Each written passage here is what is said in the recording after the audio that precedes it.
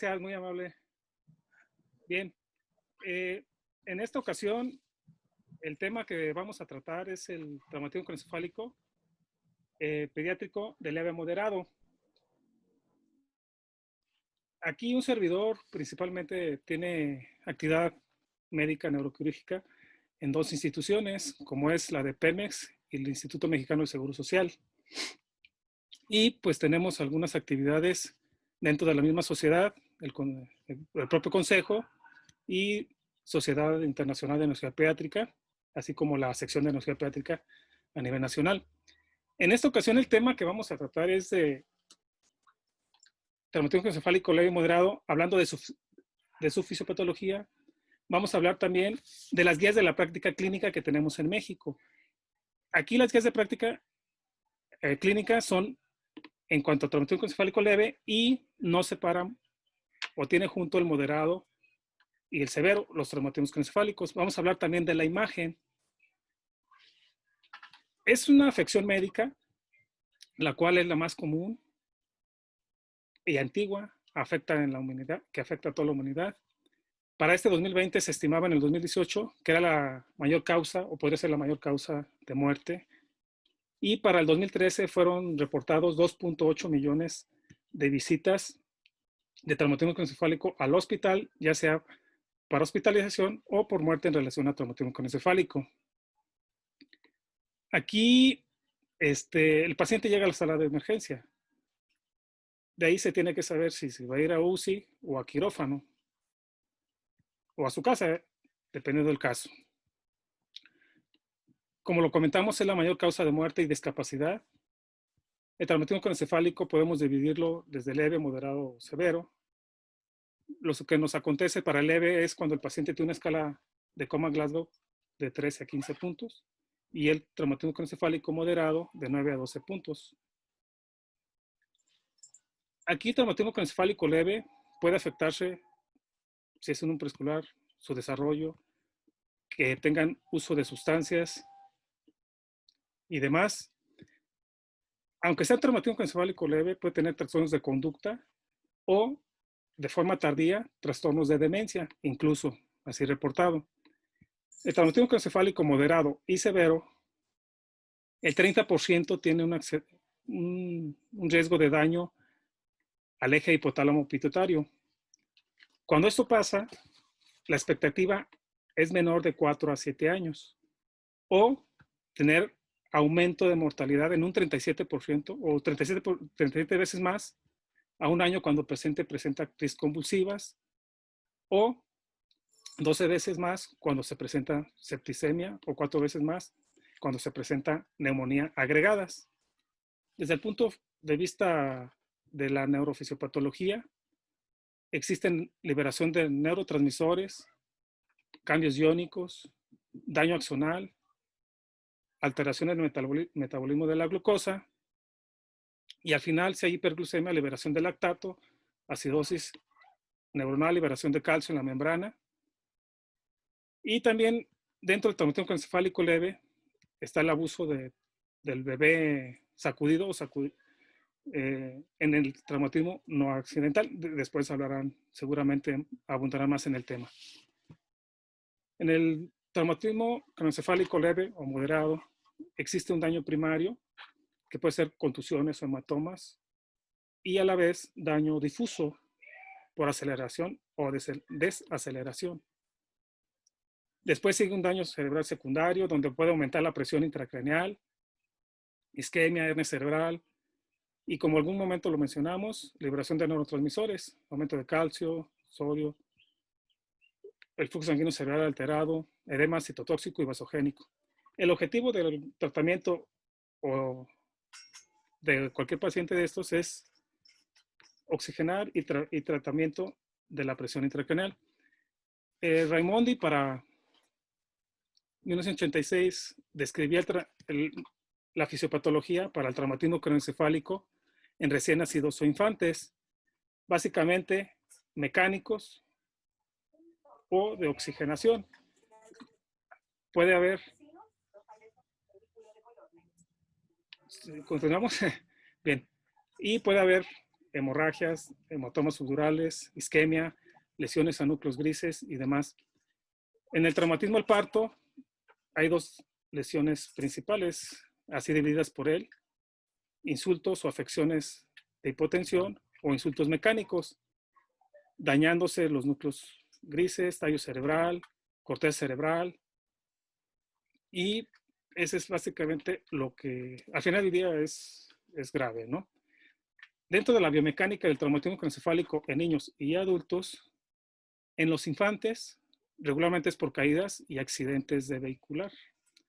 En jóvenes es por caídas y asaltos. Allborn mencionaba que los cerebros pequeños requieren mayor fuerza para que se dañen más. Eso es lo que comenta él. En la biomecánica del paciente de la sacudida, de niños con sacudida, pues obviamente se encuentran hematomas subdurales, hemorragias retinales, además de daños en tejidos blandos o daños esqueléticos. En estos mismos niños, en el traumatismo encefálico, la circulación cerebral tiene una capacidad, mencionan estos autores, que es como un andamio interno para el cerebro cuasi viscoelástico, ¿sí? A diferencia del adulto, un cráneo del adulto resiste en teoría 11 veces más una fractura que un neonato. En Robert J. Joint menciona que una fractura en un adulto requiere de 200 a 400 kilogramos fuerza por centímetro cuadrado por milisegundo.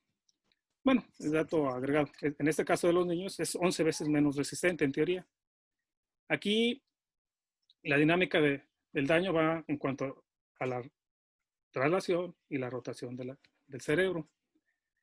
El hematoma subdural va en relación a ruptura de las venas puente que están entre la interfaz del cráneo y cerebro. Aquí nada más por mencionar algunas imágenes del mismo paciente y las venas puente. En este caso fue por otro caso, no fue por traumatismo. Por mencionar en relación a abordaje interhemisférico. Aquí tenemos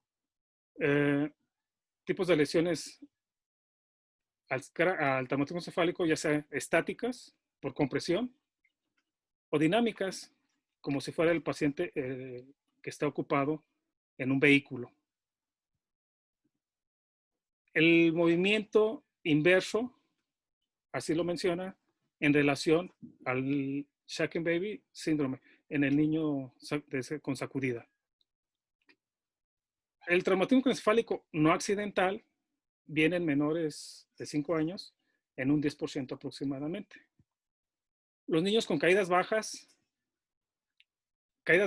se relacionan aquí, caídas menores de 4 pies, regularmente no tienen fracturas o alguna otra lesión intracraneal, como hematoma subdural agudo.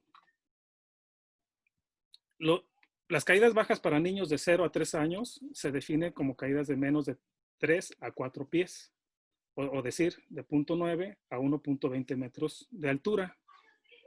También reportan, en estos casos, un síndrome donde el paciente puede tener un deterioro, donde el paciente habla o muere o se deteriora. En traumatismo craneoencefálico en niños menores de 2 años, el 65% tiene traumatismo encefálico no fatal por caídas, el 20% por accidentes vehiculares, un 5% por asaltos. El traumatismo craneoencefálico fatal en menores de 2 años puede relacionarse hasta el 40% en caídas, accidentes vehiculares y 40% caídas y un 20% asaltos.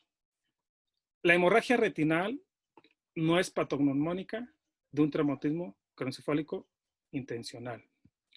Los predictores, incluso dentro de la biomecánica mencionan que incluso hay que considerar algunos predictores de traumatismo craneoencefálico, marcadores en suero, como enolasa, creatinina sinasa, fracción cerebral, proteína S100, entre otros.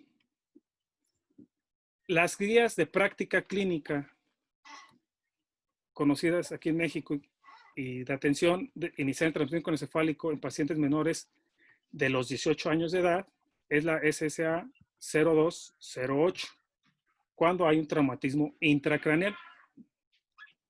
La definición que nos aporta estas guías de práctica clínica es que el traumatismo craneoencefálico es una lesión directa de las estructuras craneales o el encéfalo, las meninges, a consecuencia de un efecto mecánico por un efecto físico externo. Puede originar un deterioro funcional del contenido craneal. La evaluación del traumatismo craneoencefálico debe ser por un miembro entrenado del grupo médico en los primeros 15 minutos de llegada a nivel de atención. Esto dicen las guías. En los centros de intervención donde está su servidor, va desde 0 minutos para atender un paciente hasta 121 o 240 minutos, dependiendo del caso del traumatismo. Al paciente debemos tener una historia clínica, saber la causa del accidente, el mecanismo de la lesión, tiempo, si perdió el conocimiento, su estado de marcha, sus crisis, si tuvo o no crisis convulsivas, si tuvo algún antecedente, alguna enfermedad, como alguna diabetes hemorrágica, que es importante, si el consumo de fármacos, también antiplaquetarios y demás, la evolución del accidente de la lesión. Es necesario o importante descartar maltrato. Hay escalas de coma, Glasgow para adultos o Glasgow modificada para pediátricos, o escala de Murray o escala de Raimondi, ¿sí? En las cuales vamos a categorizar a un paciente con traumatismo craneoencefálico leve o moderado. El traumatismo craneoencefálico leve, de acuerdo a las guías de práctica clínica, tiene riesgo mínimo de complicaciones.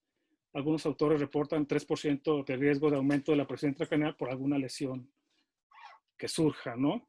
Regularmente, digamos 97%, no amerita manejo dentro del hospital. El paciente puede ir a domicilio, monitoreación por la familia, es decir, vigílelo, estimúlelo cada 3 horas, al menos por 24 horas, en un traumatismo craneoencefálico leve. Los síntomas no pueden ser específicos, pueden ser que duren días o semanas. También se reporta que puede haber síntomas de traumatismo craneoencefálico leve, ya sea físicos, cognitivos, emocionales o de comportamiento o de sueño. Un decir, cefalea, náuseas, vómito, mareo, visión borrosa, dificultad de concentración para recordar, irritabilidad, nerviosismo, tristeza. Cada traumatismo craneoencefálico va siendo acumulativo. Así se ha reportado leve una vez, 2 veces, 3 veces, son acumulativos. El traumatismo craneoencefálico leve tiene un tratamiento de acuerdo a las guías de práctica clínica, como son antiinflamatorios no esteroideos. Entre ellos, lo que está recomendado, de acuerdo a las guías, es el paracetamol.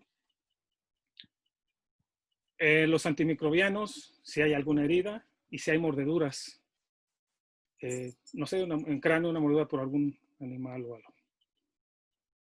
Los signos de alarma neurológicos serían 3 o más vómitos en 24 horas, cefalea intensa, alteración del estado despierto, que presente crisis convulsivas, que tenga alteraciones motoras, ¿sí? 2 o 3 signos son importantes. El mismo prehospital, el paciente puede detectarse con traumatismo craneoencefálico leve, ya sea desorientado, amnesia, pérdida de temporal del conocimiento, ecolalia y demás. Y como lo hemos comentado, el 3% tiene un riesgo de deterioro de forma inexplicable. Todos los pacientes deben de tener un collar cervical o bloques cefálicos. Esto en especial cuando los pacientes tienen un traumatismo por arriba de la clavícula, ¿no? Hay que considerar daño a la columna cervical. Si el paciente tiene un traumatismo craneoencefálico leve y presentó deterioro, pues es necesario revisar su estado neurológico, su estado de coma, ya sea en la escala de coma Glasgow, la escala de Raimondi, y vigilar sus constantes fisiológicas, como son los signos vitales, la saturación de oxígeno y demás. Si esto pasó con el deterioro, aunque se fue el traumatismo craneoencefálico leve, es necesario tomar laboratorio.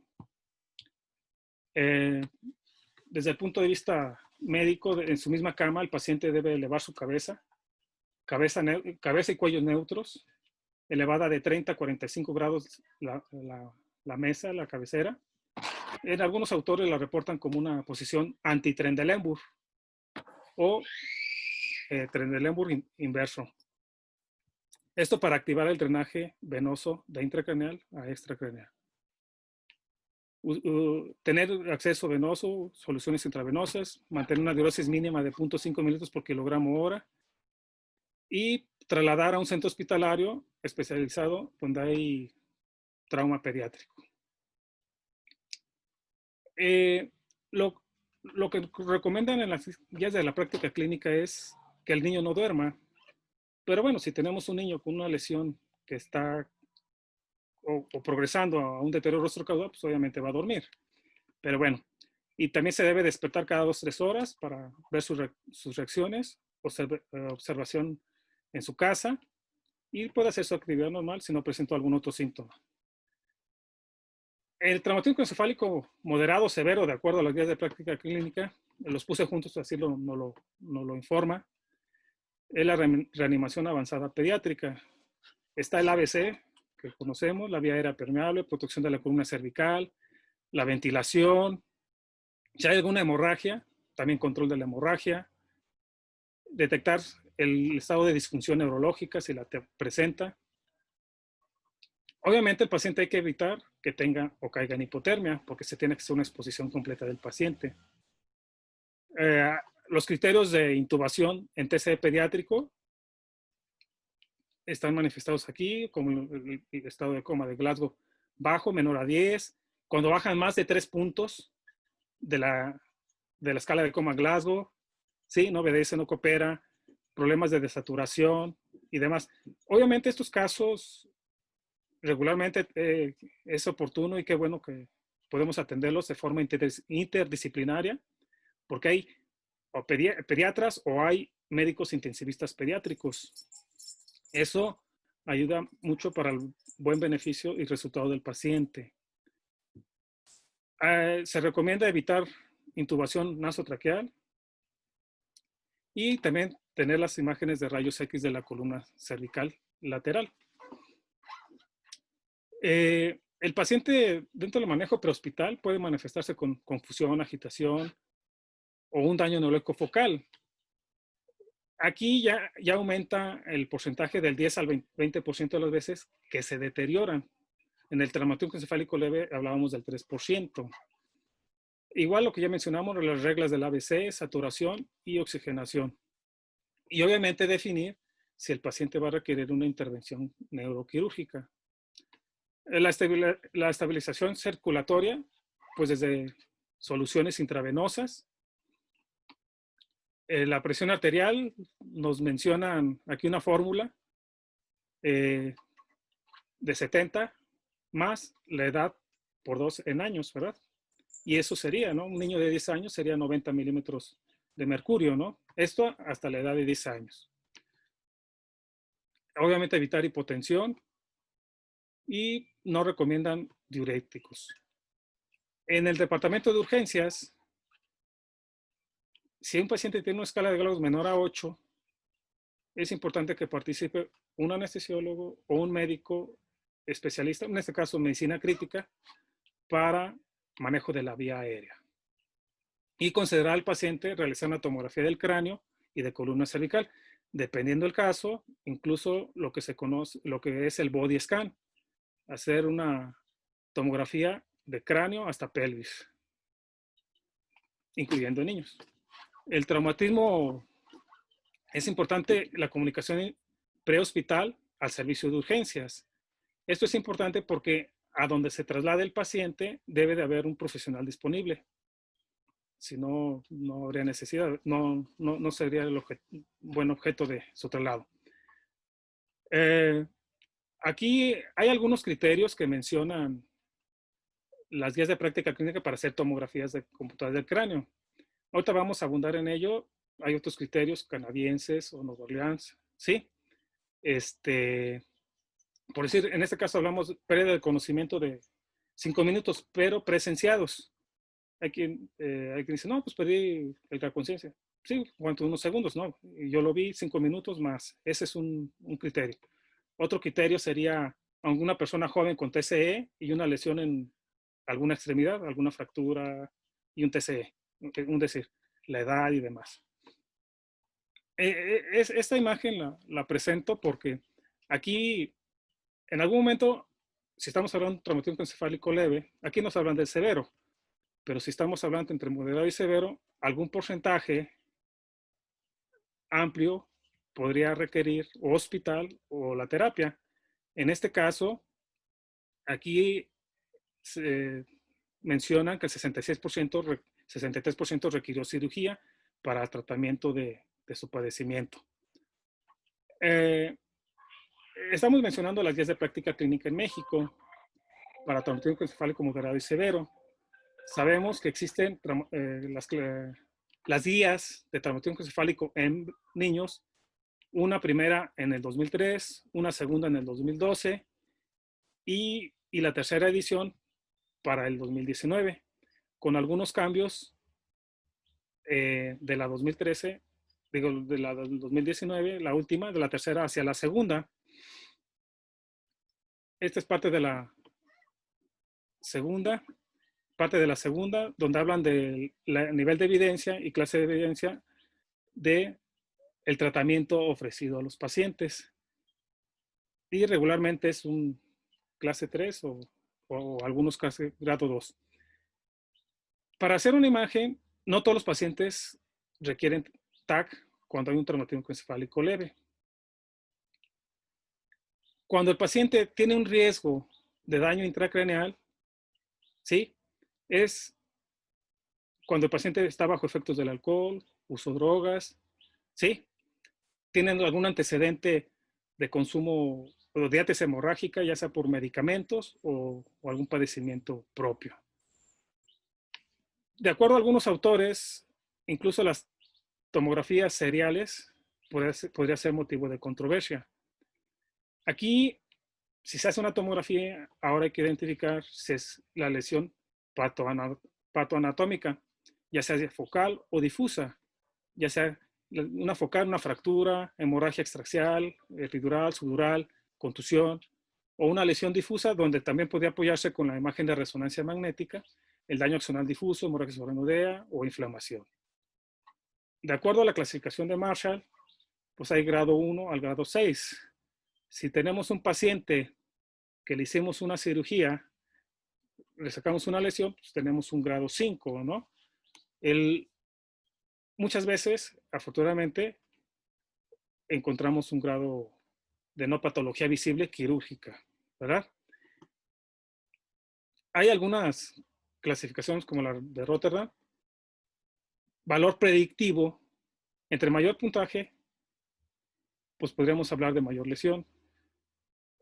El Rotterdam dice cisternas basales cerradas o abiertas, la línea media desplazada o no desplazada en relación a 5 milímetros, alguna masa, en este caso epidural, o hemorragia subaracnoidea o intraventricular. Esto es lo que ya estábamos mencionando, las de Rotterdam y los de Marshall. El paciente con traumatismo craneoencefálico tiene algún endofenotipo, ¿sí?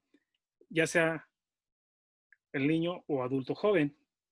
Esto puede, como al principio, va a afectar su educación, su desarrollo social, profesional y va a generar un impacto en la sociedad. Dependiendo del caso, sobre todo las guías de manejo o recomendaciones para manejo de quirúrgico, regularmente los vamos a encontrar en un grado 2 que en el grado 1. Obviamente los de grado 3 o severo va a ser mayor. Y con sus características del hematoma epidural, cuándo se recomienda, lesiones parenquimatosis y demás. Obviamente que esto lo dominan ustedes y procuremos dominarlo para el beneficio del paciente. Partes de la técnica quirúrgica por alguna lesión, sutural, epidural y demás. Y cuando hay compresión, sí, descomprimir primeramente el temporal y después continuar con el resto, en el caso de este tipo de un sutural. Algunos casos de lesiones intracraneales, de pacientes que en algún momento no perdieron su estado de alerta, fueron un traumatismo craneoencefálico leve y con el tiempo, las horas, desarrollaron alguna lesión intracraneal. Aquí menciono en cada caso, incluso laboratorio con niveles bajos de hemoglobina, de hematócrito, alteración de tiempos de oculación, que el paciente se está haciendo su evaluación integral, ya se está transfundiendo, ya se está preparando sala de quirófano. Y en el caso, en el cuarto caso que presentamos este masculino de 8 años, 15 días anteriores tuvo traumatismo encefálico, estuvo con cefalea y vómito, atención médica y valoración médica múltiple. Este paciente por alguna razón no tuvo relación con un médico como, dedicado a este tipo de padecimientos, que hasta el 15 día tuvo atención médica neuroquirúrgica. Aquí menciono también las imágenes postquirúrgicas, un hematoma sudural agudo de 7 milímetros. Y esto lo comento, también está indicado a la hora del drenaje del hematoma epidural, sería conveniente o es conveniente hacer una exploración intradural. Bien, el caso de esta bebé de 3 meses, ella se cayó de una altura de aproximadamente 40 centímetros de un sillón, estuvo irritable, así lo dice, estaba llorando, dice la mamá, hay que creerle a la mamá o al papá, y se le detectó un hematoma epidural temporal izquierdo, el cual no fue quirúrgico, requirió manejo conservador, estuvo un día en hospitalización y no progresaron sus síntomas, no requirió mayor tratamiento. Un traumatismo encefálico leve. Este caso fue de un accidente vehicular, un femenino de 6 meses, iba a la familia y tuvieron una volcadura, ella tuvo una fractura parietal bilateral y afortunadamente intracraneal no desarrolló lesión o lesiones que ameritaran tratamiento quirúrgico.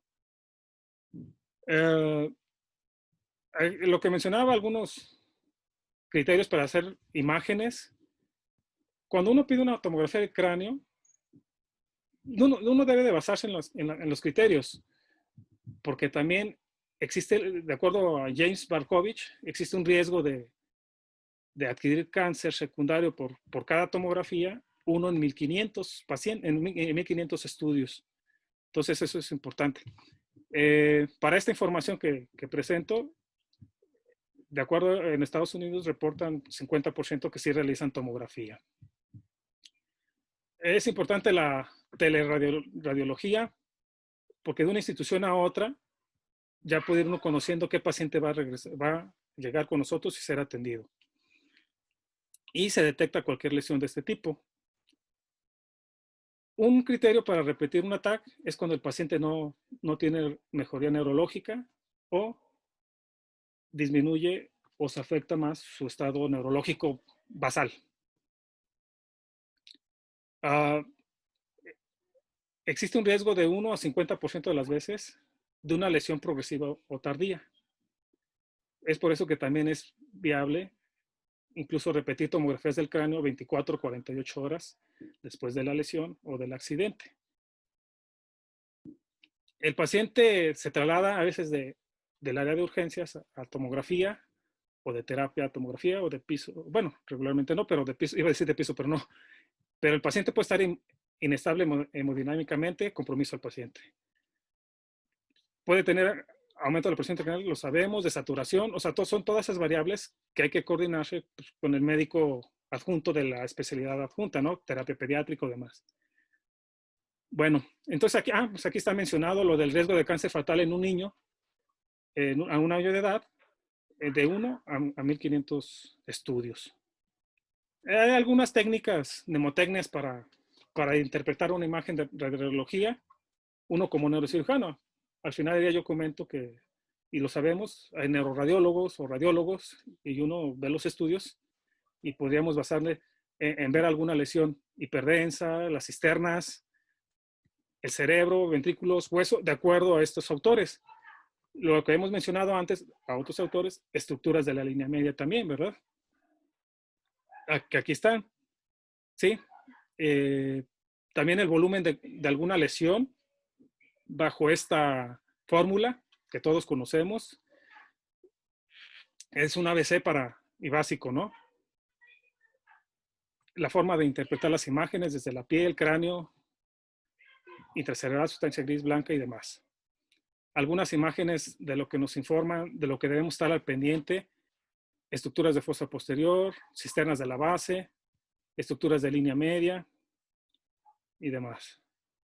Los métodos para la línea media son varios, ¿no? A la izquierda, de la crista Gale, la protuberancia occipital, en este caso el desvío del septum pellucidum. En este mismo nivel septum pellucidum, pero otra fórmula, digamos, A entre 2 menos B, al mismo nivel. O en este caso, el A, B y C, diámetros máximos de una lesión, y con la fórmula que ya mencionamos. Diámetros mayores por 0.52. Así sea el traumatismo encefálico, bueno, lo comentamos, se puede detectar en algunos pacientes por imágenes de resonancia magnética y tractografía daño axonal del mismo paciente cuando el accidente o la lesión y 6 meses después. Morfometría, se ha identificado atrofia cortical. Algunos de estos estudios, lo debo de comentar, son de la bibliografía. Por alguna situación en algunos centros hospitalarios no se tiene todos estos avances tecnológicos y se trabaja con otras cosas. Ese es un caso, el más severo que me ha tocado, creo yo. Tuve apoyo de médicos neurocirujanos muy buenos. Este niño de 10 meses sangró 2.5 litros en la cirugía. Una de ellas porque la fractura cruzó seno sagital, y en la hora de quitar el hematoma y la expansión del edema cerebral, se movió un coágulo, quiero pensar, en relación al seno sagital, y fue el acabose. El paciente al año posterior de este evento, con una déficit braquial, corriendo y brincando. Bueno, estos son algunos resultados de posquirúrgicos cuando les hace cranectomía, COS 1, 2, 3, 4 y 5, igual a la de Outcome Glasgow, ¿no? O similar. Profilaxis anticonvulsiva, y sobre todo esto ya es en base a pacientes con traumatismo encefálico moderado, que tienen mayor riesgo que los grado 1, podría yo comentar de acuerdo a lo que se conoce en la literatura. Para el 2019, en la tercera edición del traumatismo encefálico, ya está asignado el levetiracetam dentro del manejo, ¿sí? Y hay algunos casos que tienen algunos riesgos de crisis convulsivas, ¿no? Bien, si me permite, voy a concluir. Obviamente que el contacto inicial es importantísimo de quien lo atienda. Yo acabo de mencionar un caso de 15 días después del traumatismo y llega con un médico neurocirujano, ¿sí? Antes, que ve para acá, ve para allá, tómate esto, es el vómito, es el diarrea y demás. La clasificación es importante porque necesitamos saber si es leve, moderado o severo.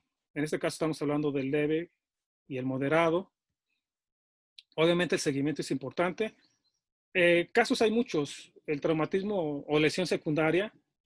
Hay pacientes con un traumatismo inicial y después de 5 o 6 cirugías por cranectomía, por fístula, por decencia de herida y demás, pueden llegar con uno o con otro colega, y con ese seguimiento el tratamiento se vuelve interminable a veces. Bueno, la tomografía es importante para detectar lesiones intracraneales. Desde el punto de vista de la física, yo he recibido